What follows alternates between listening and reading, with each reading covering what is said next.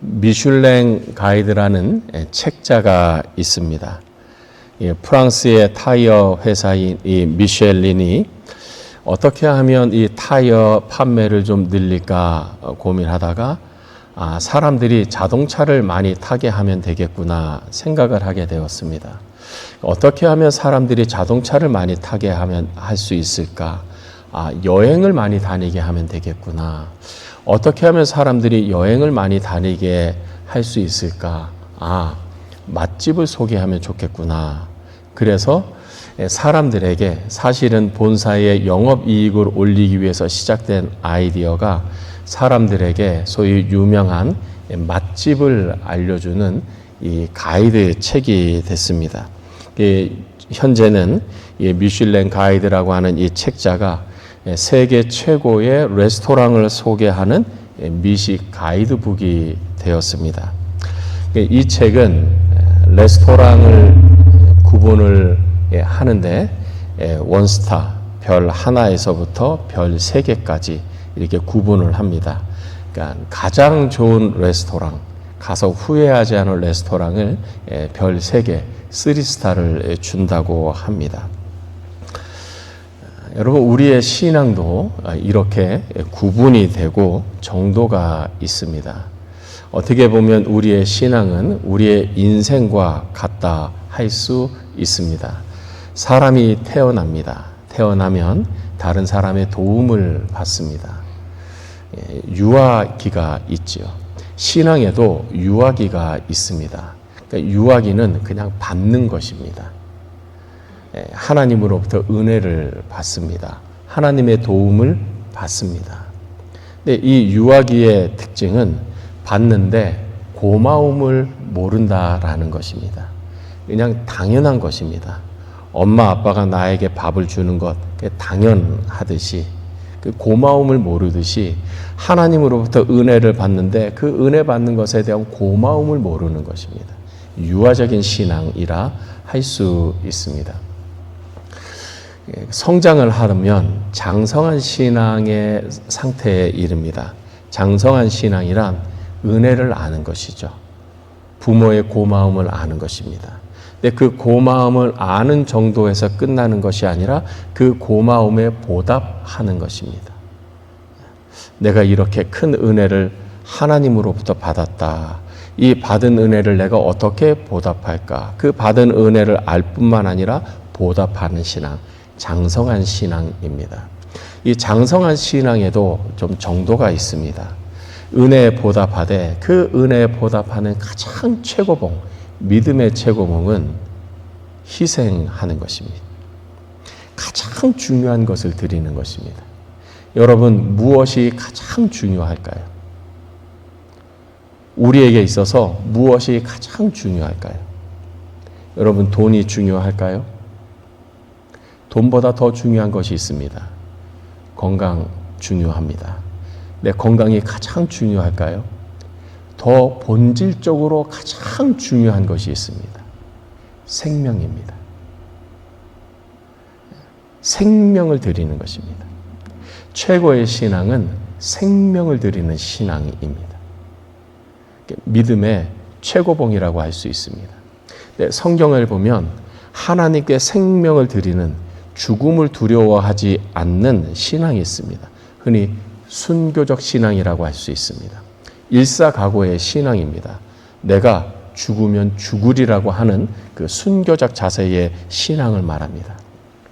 몇 주 동안 이 신앙의 최고봉, 믿음의 최고봉인 이 순교의 신앙을 가진 성경의 인물들을 살펴보겠습니다.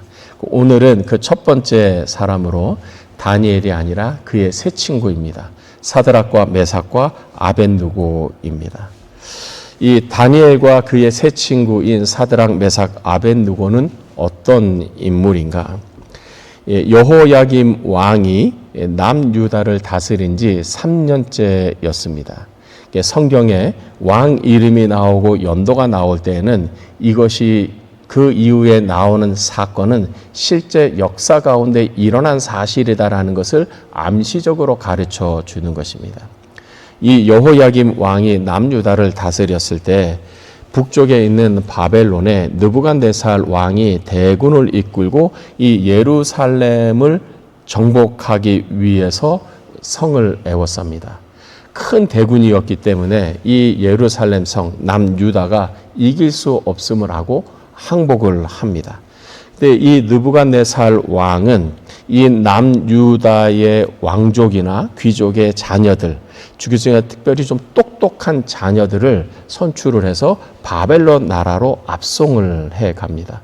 바벨론의 나라에 유익이 되겠다 싶었던 거지요. 그때 함께 왕족과 귀족의 자녀로서 바벨론에 압송된 그 사람들 중에 다니엘과 그의 세 친구가 포함되어 있습니다.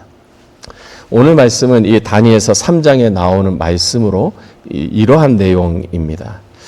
이 근동 지역을 제패한 이 다니엘 왕이 자신의 권력을 가시하기 위해 한 이벤트를 벌입니다.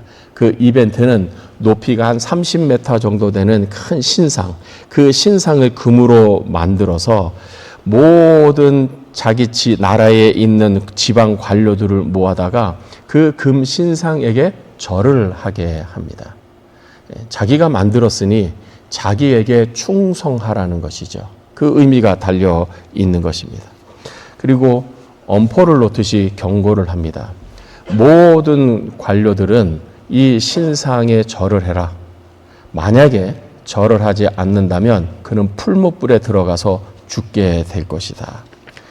이 왕의 어명이니 사람들이 그 말을 듣고 두려워서 왕이 세운 이 30m 되는 그 심상에 절을 합니다. 그런데 절을 하지 않은 세 사람이 있었습니다. 다니엘의 세 친구인 사드락과 메삭과 아벳느고였습니다. 그들은 절을 하지 않았던 것이죠. 그것을 본 그 시기한 바벨론의 이 관료들이 왕에게 고소를 합니다. 유다 지방에서 온 사드락과 메삭과 아벳느고가 왕이 세운 신상에 절을 하지 않았습니다. 그 이야기를 듣고 왕이 대노를 합니다. 감히 왕의 어명을 어기다니. 그리고 그 세 사람을 특별히 불러서 다시 한번 경고합니다. 내가 너희에게 다시 한번 기회를 주겠다. 내가 세운 이 신상에 절을 하면 너희가 살 것이고 절을 하지 않으면 너희는 풀무불 가운데 던져져서 죽게 될 것이다. 왕의 이 두려운 말을 듣고 이 세 사람이 한 말이 오늘 말씀입니다.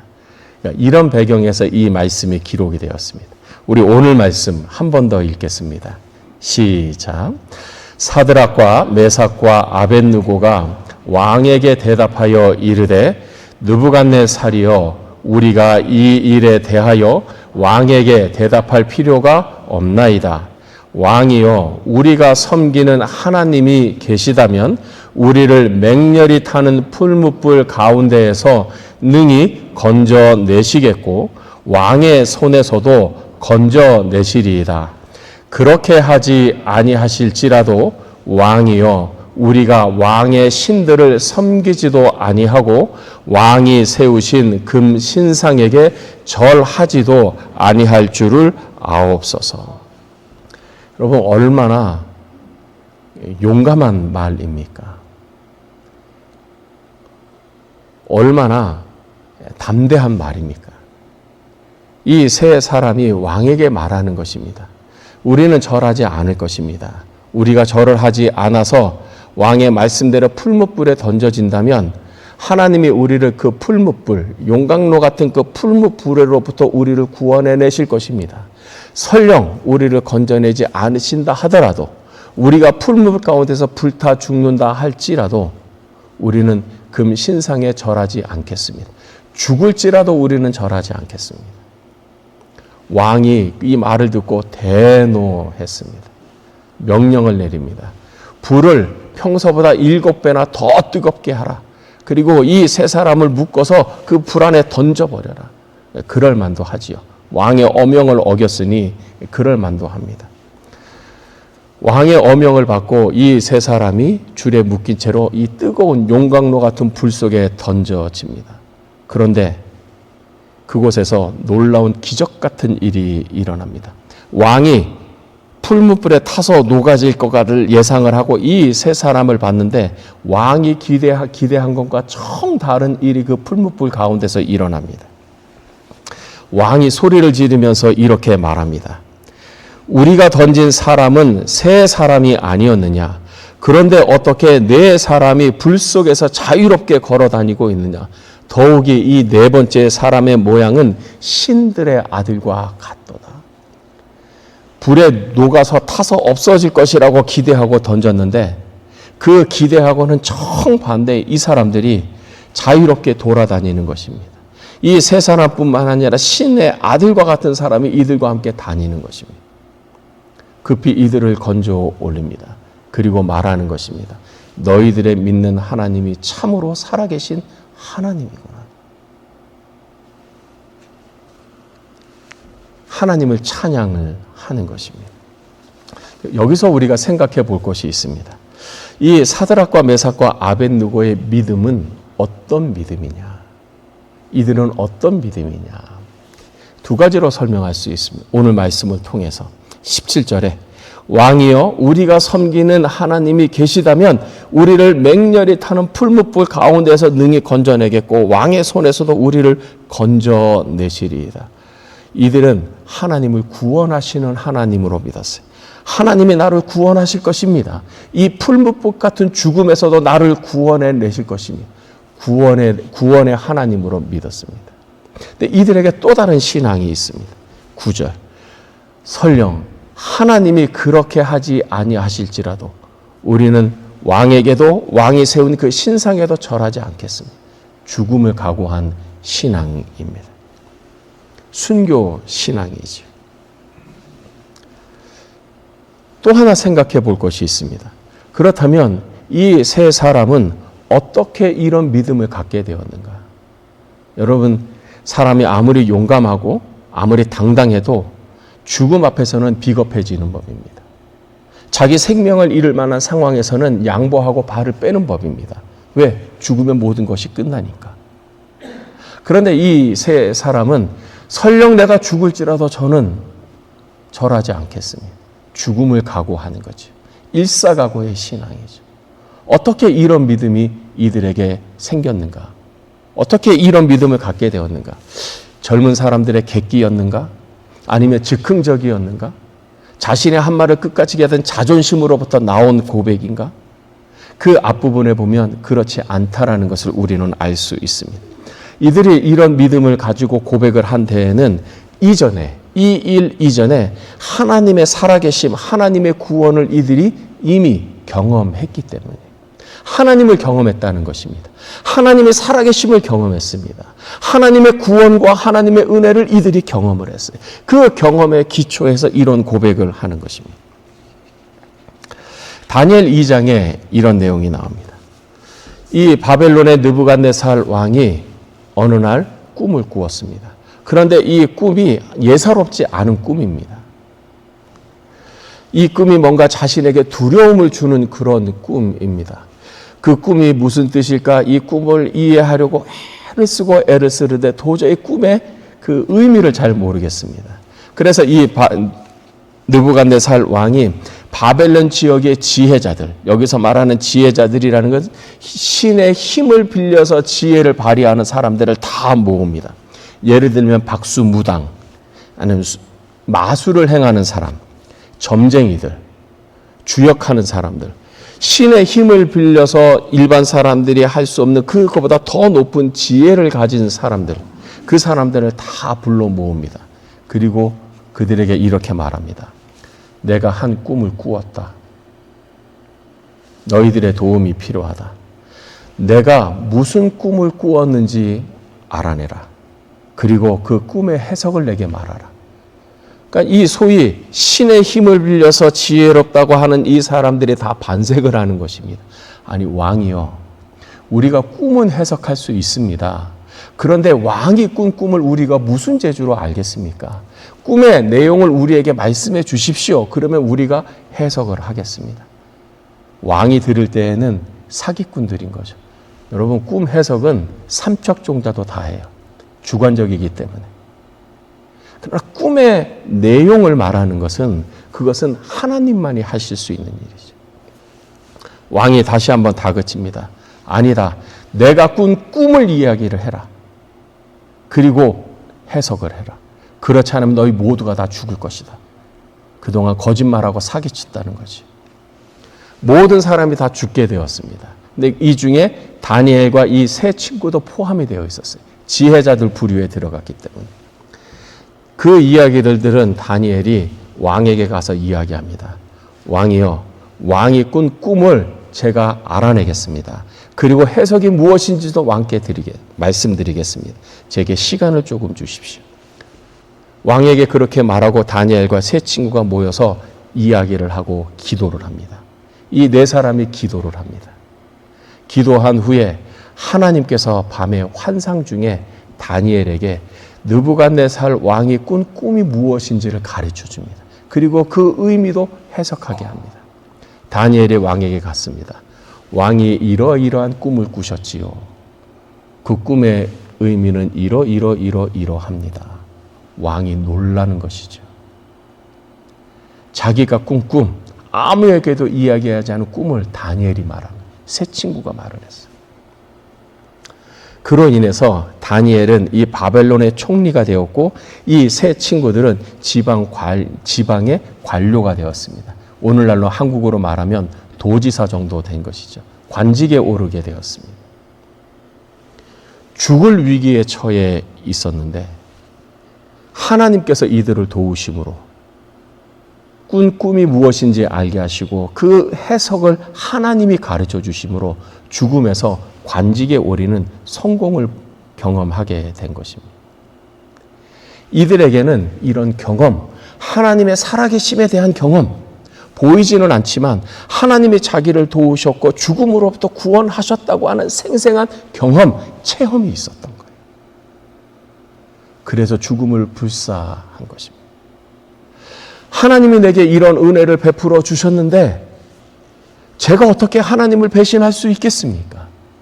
죽을 위기에 처해 있는 저를 하나님이 살려주셨는데 하나님이 나의 지위를 높여주셨는데 나를 영예롭게 해주셨는데 제가 어떻게 하나님 부인할 수 있겠습니까? 하나님 외에 다른 신에게 어떻게 절할 수 있겠습니까? 저는 그렇게 할 수 없습니다. 그리 아니하실지라도. 여러분, 신앙의 믿음의 최고봉이에요. 저는 이 본문을 묵상하며 이런 생각이 들었습니다. 다니엘의 세 친구가 이 바벨론의 느부갓네살 왕 앞에서 담대하게 얘기했어요. 하나님이 그것을 보셨습니다. 이들의 고백을 들으셨어요. 그리 아니하실지라도 저는 절하지 않습니다. 하나님이 이들의 말을 듣고 어떠셨을까? 너무 기쁘셨을 것 같아요. 우리가 흔히 자식을 키우는 것을 자식 농사라고 하지요. 자식이 부모를 기쁘게 해드리면 자식 농사 잘 졌다 이런 말을 써요. 자식이 속색이고 부모의 은혜를 모르고 그냥 자기만 하고 살 때는 자식 농사 망쳤다고 얘기를 해요. 하나님이 우리를 보시면서 야, 내가 신앙 농사는 잘 졌구나 그러지 않으실까? 그러면 우리는 어떻게 죽음을 두려워하지 않은 죽음을 각오하는 순교 신앙을 가질 수 있을까? 답은 간단합니다. 다니엘과 이 세 친구로부터 배우는 것입니다. 첫째, 뜻을 분명하게 정하십시오. 뜻을 정한다는 것은 나는 하나님의 말씀대로 산다. 하나님 중심의 인생의 목표를 세우는 것입니다. 나는 어떤 일이 있어도 하나님의 말씀에 순종한다. 하나님이 하라는 것 하고 하나님이 하지 말라는 것 하지 않는다. 나는 하나님을 기쁘게 하는 것이 내 삶의 목표다. 나는 하나님을 영광스럽게 해드리는 것이 내 목표다. 뜻을 분명하게 정하는 것입니다. 하나님이 그것을 보시는 거죠. 두 번째, 다니엘과 이 세 친구처럼 하나님께 기도하는 것입니다. 이들은 죽을 위기에 처했어요. 왕이 어명을 내렸습니다. 바꿀 수가 없습니다. 왕이 지금 극도로 화가 난 상태. 해결하지 않으면 다 죽음의 상황입니다. 그때 이들이 하나님께 기도했습니다. 죽게 되었습니다. 살려주십시오. 사람이 어려움에 처할 때 극한 어려움에 처할 때 일반적으로 택하는 방법은 포기입니다. 왜? 내 힘으로 안 되니까. 내 능력으로 안 되니까 그냥 포기하는 거죠. 그러나 믿음의 사람은 그런 포기와 절망의 상황이겠지만 거기에 머무르지 않고 한 단계 변화됩니다. 하나님을 믿는 것입니다. 하나님의 능력을 믿는 것입니다. 맞아. 내 능력으로 안 돼. 사람으로는 할 수 없어. 그러나 하나님이 역사하시고 하나님이 내게 은혜를 베푸시면 할 수 있어. 하나님에게 기초를 두는 거예요. 그 생각 기초를 내 능력이 아닌 하나님의 능력에 두는 것이. 당연하지. 나는 할 수 없지. 의사들은 할 수 없지. 그러나 하나님은 하실 수 있지. 하나님의 능력, 전능하신 능력의 기초를 듣고 새롭게 시작하는 거죠. 소망이면. 거기서부터 기도가 나오는 것입니다. 어려운 일이 있습니까? 힘든 일이 있습니까? 다니엘과 이 세 친구는 번복될 수 없는 이 왕의 어명 앞에서 그래도 하나님이 도우실 것이라고 하는 소망을 가지고 기도했어요. 하나님이 이들의 기도에 응답하셨어요. 살려주셨을 뿐만 아니라 관직에 오르는 영예를 얻게 되었어요. 우리말로 하면 출세하고 성공한 것이죠. 하나님의 은혜로. 그 시작은 기도였습니다. 사랑하는 성도 여러분, 기도하십시오. 어려울 때, 낙심될 때, 절망될 때, 그래서 포기하고 싶을 때 하나님을 믿고 기도하십시오. 여러분 저를 한번 따라해 주십시오. 사람으로는 할 수 없으나 하나님은 다 하실 수 있느니라. 네, 성경을 요약하면 이 단어, 이 말로 정리가 되는 것입니다. 한 번 더 저를 따라해 주십시오. 사람으로는 할 수 없으나 하나님은 다 하실 수 있느니라. 이것이 믿음이고 이것이 기도의 시작인 것입니다. 순교적인 이 신앙은 하나님이 내게 베풀어 주신 그 은혜를 생각하는 것입니다. 은혜 중에 가장 큰 은혜가 무엇인가? 우리가 구원받은 은혜입니다. 구원받았어요. 죄와 사망으로부터 구원받았어요. 우리는 어떻게 죄와 사망으로부터 구원받았습니까? 그 아들의 대신 죽으심으로. 우리가 죄를 지었기 때문에 우리가 죽어야 마땅하나 죄가 없으신 하나님의 아들 예수 그리스도께서 내 죄를 다 가져가시고 내 죄를 대신 지시고 나 대신 십자가에 비참하게 처절하게 고통 가운데 죽으심으로 내 모든 죄값을 다 갚아주셨어요. 그리고 나를 죄 없다 하셨어요. 허물과 죄로 죽은 우리를 예수님이 대신 죽으심으로 우리를 살려주셨어요. 여러분 여기에 순교 신앙입니다. 주님이 우리에게 하셨어요. 우리를 대신 죽으셨어요. 그리고 우리를 살리셨어요. 우리는 주님의 이 순교 희생 신앙으로 살아나고 하나님을 아버지라고 믿게 되는 거예요. 그래서 기도할 수 있게 된 것입니다. 우리의 신앙이 약해질 때, 우리의 믿음이 흔들릴 때 우리가 가야 할 곳은 갈보리의 십자가입니다. 십자가를 바라보는 것입니다. 십자가에 나 대신 피 흘려 고통 가운데 죽으신 그 그리스도를 바라보는 것입니다. 맞아, 내가 죽어야 하는데 내 죄 때문에 내 허물 때문에 내가 죽어야 하는데 하나님의 아들 예수 그리스도 나를 대신하여 죽으셨지. 그래서 내가 살아났지. 순교신앙입니다. 순교신앙, 죽으면 죽으리라는 그 마음을 가진 사람은 두렵지 않아요. 세상이 두렵지 않습니다. 환경이 두렵지 않아요. 여러분 목숨을 내걸었는데 뭐가 죽겠어요. 김재엽이라고 하는 유도 선수가 있습니다. 국가대표 선수였습니다. 이분이 올림픽에 나갔습니다.